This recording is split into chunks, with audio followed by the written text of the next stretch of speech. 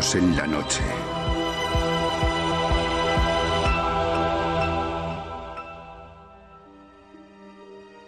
Le docteur Daniel Critchley s'occupe d'un curieux patient. Ou alors cet homme est un aliéné, ou bien le monde s'apprête à terminer sa course.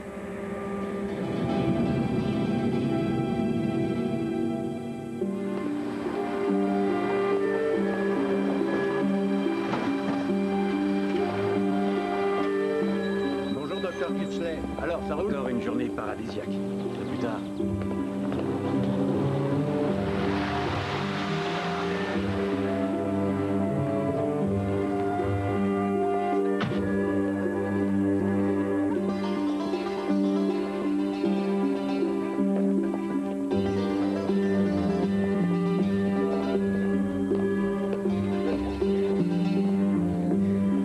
Bonjour. Bonjour.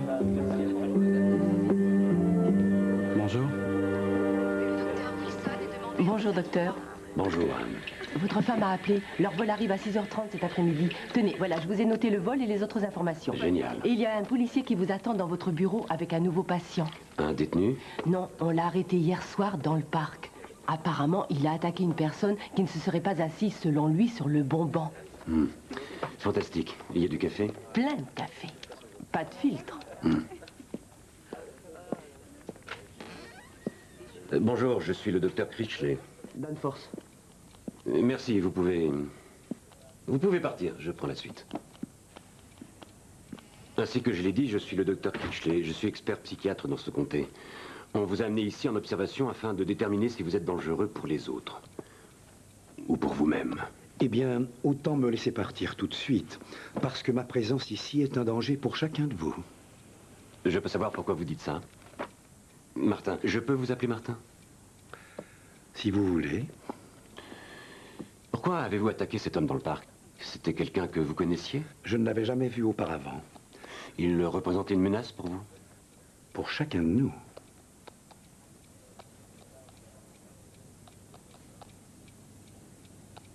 Si on discutait un peu de cette manie, Vous parlez de quoi? de ce rituel que vous pratiquez depuis que je suis là. Mais quel rituel? Je me contente de lire cette carte, c'est tout. Ceci, c'est un rituel. Mais enfin, je ne comprends pas. De quoi parlez-vous?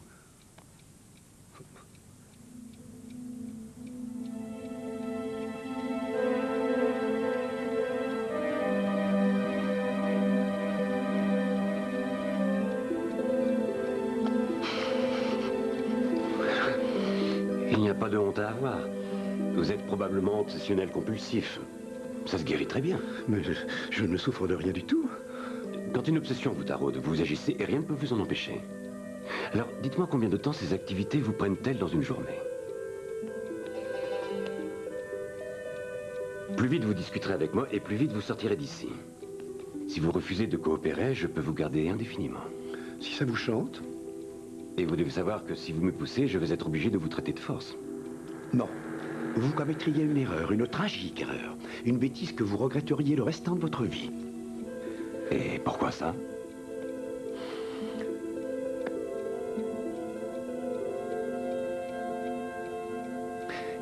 Écoutez, si je vous le dis, si je vous convainc que je dis la vérité, vous me laisserez partir? Oui. Est-ce que j'ai votre parole? Vous avez ma parole. Voilà, quand j'étais jeune, je regardais par la fenêtre. Je me lançais toutes sortes de défis. Si une mésange se posait sur le poteau télégraphique et y restait pendant plus de, disons, 10 secondes, rien de mal n'arriverait à ma mère ou mon père ou ma petite sœur. J'ai commencé à faire ça tous les jours. Et si l'oiseau s'envolait avant? Oh, je me levais au milieu de la nuit, j'allumais et j'éteignais 20 fois la lumière. Ou alors, j'allais placer chacun de mes bouquins à exactement la même distance contre le mur. Ensuite, je savais que tout allait très bien se passer.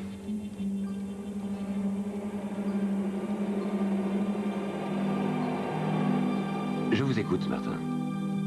Martin?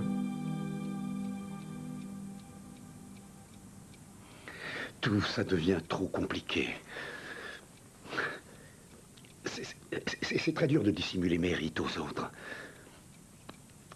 Docteur, dites-moi comment empêcher que l'on me montre du doigt. Écoutez, je peux faire bien mieux que ça. Il y a des médicaments. Non. Non, c'est impossible. J'ai voulu arrêter une fois...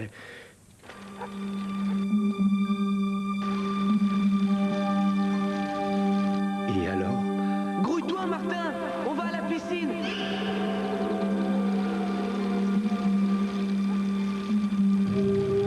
Ce pas ne compte pas. J'avais juste posé le talon. À qui tu parles? Ça sera le prochain qui sera vraiment important. T'es complètement dingo! Martin et Zinzin! Martin et Zinzin!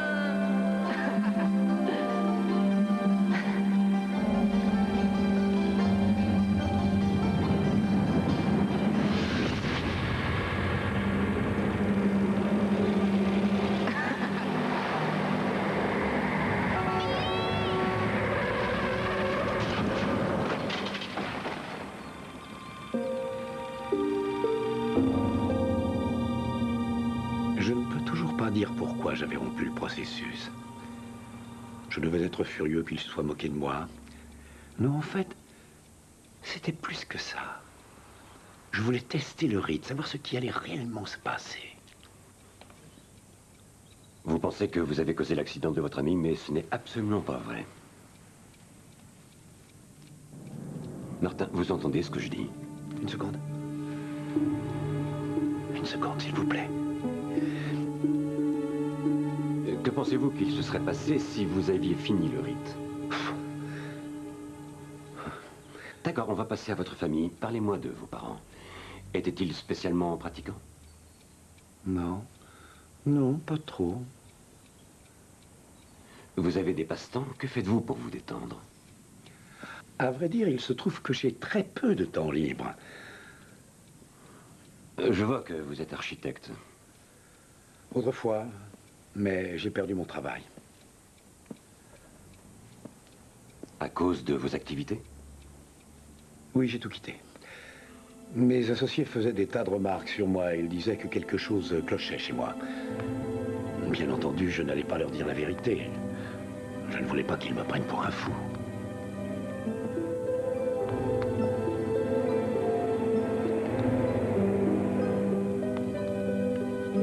Martin, qu'est-ce que vous faites? Ah, je voudrais revoir quelques petits détails. Et... j'ai fait tomber mon stylo. Je ne l'avais fait tomber que 8 fois au lieu de 10.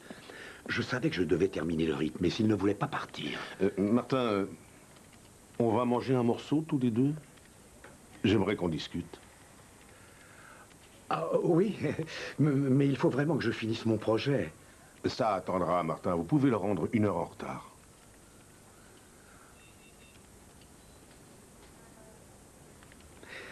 Génial. D'accord. Je meurs de faim, oui. D'accord. J'arrive. D'accord.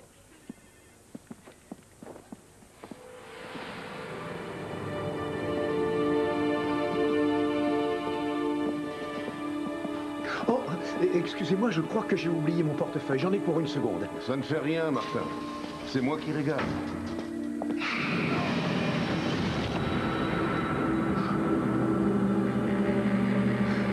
À la suite de cela, j'y ai passé 8 heures par jour, toute la semaine. Sur vos rituels? Oui. J'ai perdu ma famille, mon emploi. On ne m'accordait plus aucun crédit. Je me suis aliéné tous mes amis. J'étais terrifié à l'idée de leur faire le moindre mal. Tout ce que j'avais construit avec effort pendant toute ma vie s'émiettait. Mais je m'en moquais. Je savais que c'était important. La mort de votre patron n'était pas votre faute, Martin. C'était un tragique accident. Et Billy? C'était une coïncidence. Oh, mais non, il n'y a pas de coïncidence. Écoutez, Martin. Docteur, vous feriez quoi si la situation était renversée? Si c'était vous qui aviez le contrat? Le contrat? Le contrat avec qui? Avec Dieu. Est-ce que vous imaginez la responsabilité, l'énorme charge? Et si vous étiez le seul à faire en sorte que rien ne s'écroule? Qu'est-ce qui s'écroulerait? Mais qu'est-ce que vous croyez, imbécile? Le monde. C'est le monde que je suis forcé de soutenir.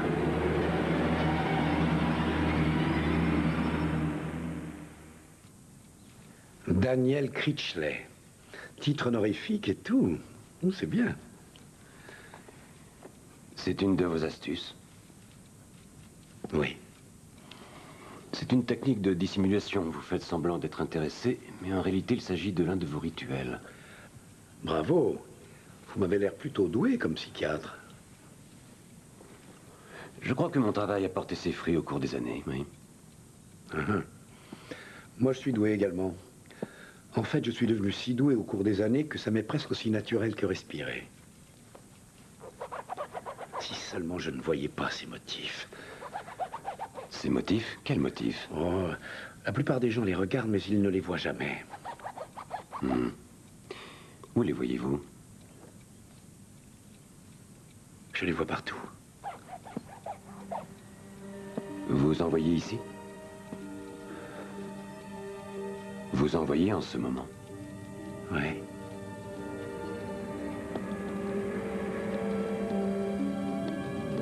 Le chiffre 4 semble être un thème récurrent chez vous. Oui, il y a les nombres, le 8, le 10, les chiffres pairs. Jamais le 3. J'adore le 5.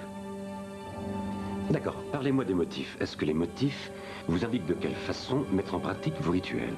Oui, ce sont des indicateurs. Ils me montrent la voie. Je vous donne un exemple. J'avais fait tomber un sac d'ordures. Par terre, j'ai aperçu le chiffre 4. Que signifie ce geste? Hein? Ah, vous n'avez pas envie de savoir. Si, dites-le-moi. Qu'est-ce qu'il signifie? Il est sans importance. Vous voulez savoir? Oui. Ça garde votre cravate bleue. Ça empêche les poissons de quitter la mer. Ça empêche les gens de se pendre. Ah, vous voyez, vous croyez que je suis fou, hein? Vous ne comprenez pas.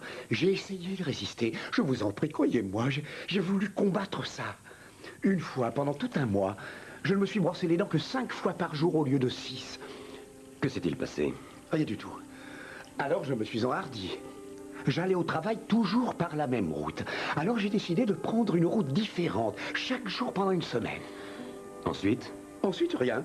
Rien du tout. J'ai cru que c'était fini, j'ai cru que le maléfice était brisé. Pour la première fois de ma vie, j'étais enfin capable de me détendre. Imaginez ce qui se passerait si les États-Unis étaient tout à coup privés d'essence. Ici, c'est la panique. Tout le monde se rue sur les produits frais. On ne connaît pas encore le nombre de blessés dus à l'incendie de la raffinerie du nord-ouest de l'État de... Une manifestation a dégénéré en début d'après-midi dans cette tranquille station balnéaire. Jusqu'ici... La police a ouvert le feu sur une voiture. Mais comme j'étais témoin de toute cette violence aux actualités, j'ai réalisé que le message était clair comme du cristal. Sans moi, tout n'est que chaos.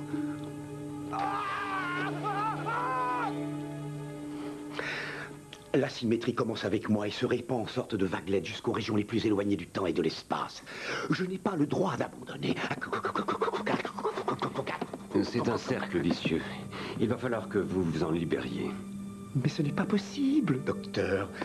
Vous ne m'écoutez pas. Je ne sais pas pourquoi j'ai été choisi. Toutes ces pensées tournent et tournent dans ma tête, tel un film qui passerait en boucle. Je déteste ça.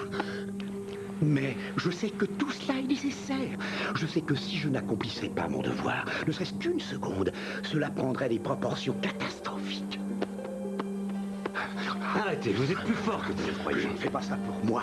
C'est pour empêcher un avion de s'écraser.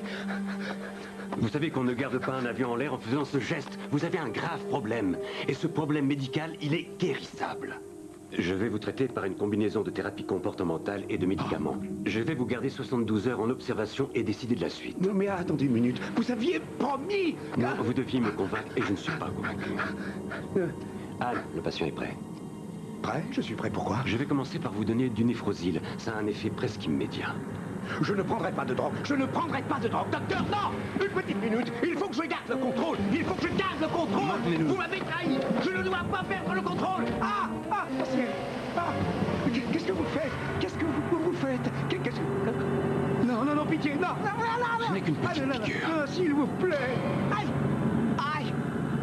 Alors ça... Mettez-le en chambre d'isolation. Ah, oh, non, non, ah, non. Oh, j'ai le vertige.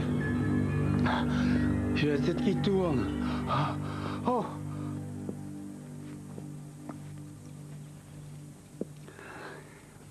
Vous ne faites plus vos rituels.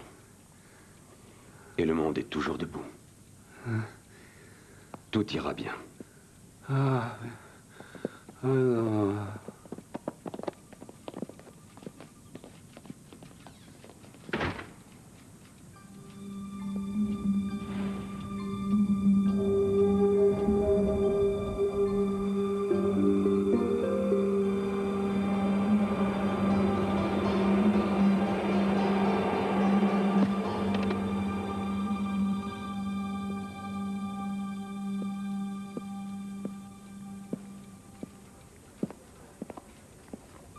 Vous savez où sont mes clés de voiture?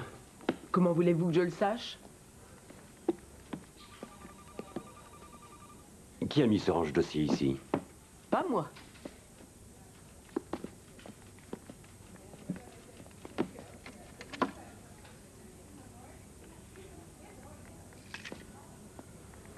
Je croyais que vous n'aviez plus de filtre à café. Anne!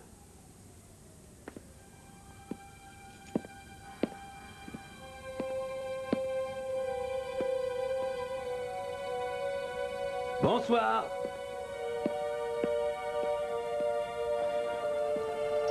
Bonsoir.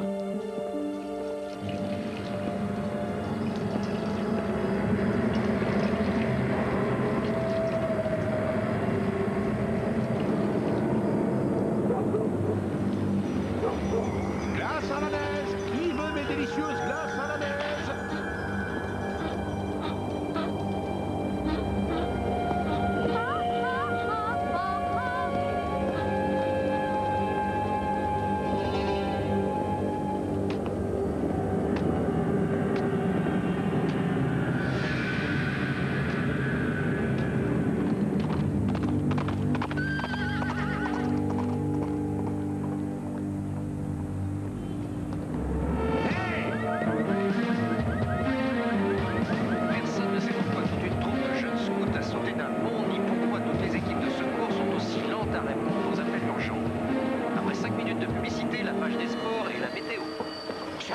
Qu'est-ce qui se passe, sapristi?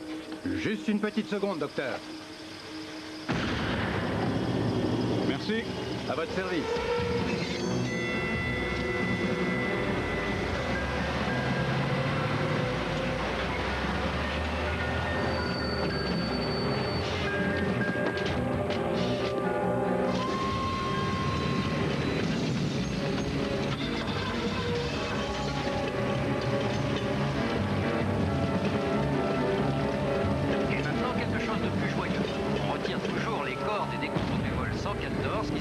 Sur un pâté de maison dans le quartier le plus à l'ouest de la ville, il y a de cela une vingtaine de minutes.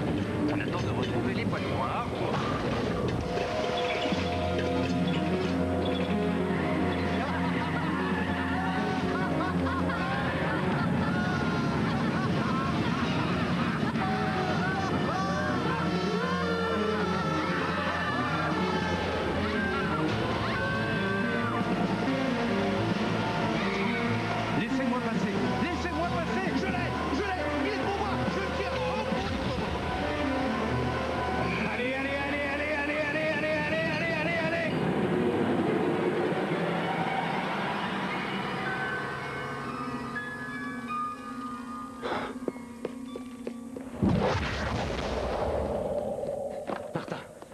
Réveillez-vous. Martin, réveillez-vous. C'est le docteur Critchley. Ah, bonjour, docteur. Écoutez, il se passe des choses horribles. Un avion s'est écrasé. Et ma femme et ma fille atterrissent d'une minute à l'autre. Reprenez vos rituels. Oh, Seigneur, non. Je me sens très bien. Ce médicament que vous m'avez donné a fait des merveilles. Vous aviez raison. Non, non, c'est vous qui aviez raison. Regardez ma cravate. Alors, quel est le mode d'emploi du rite? J'adore cette couleur. Non, le rituel pour les avions. Moi, je la trouve plus jolie qu'en bleu. Le rituel qui les maintient en l'air. Vous vous rappelez le rituel? Oh, vous savez, tout ça, c'était il y a tellement longtemps. Je me rappelle une partie, c'était c'était là et sur l'épaule ensuite. D'accord? Combien de fois vous tapiez? Combien, dites-moi? C'était 4 fois? C'était 4 fois ou c'était 8? C'était quoi? Vous faisiez ça, hein? C'était 4 fois? C'était 1, 2, 3, 4, 1, 2, 3, 4, 1, 2, 3, 4. C'était ça ce que vous faisiez? 1, 2, 3, est-ce que c'est ça? Est-ce que c'est ça? Est-ce que c'est ça?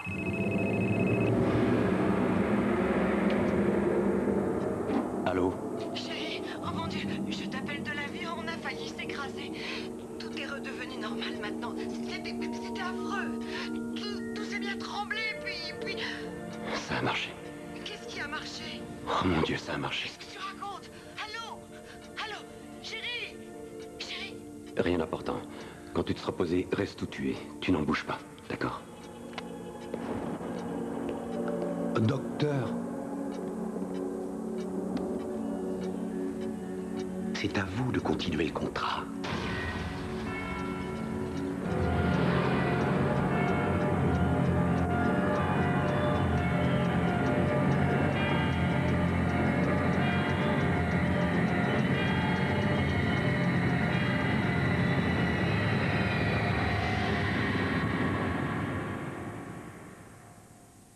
Il est possible que seul un malade mental connaisse les pensées de Dieu.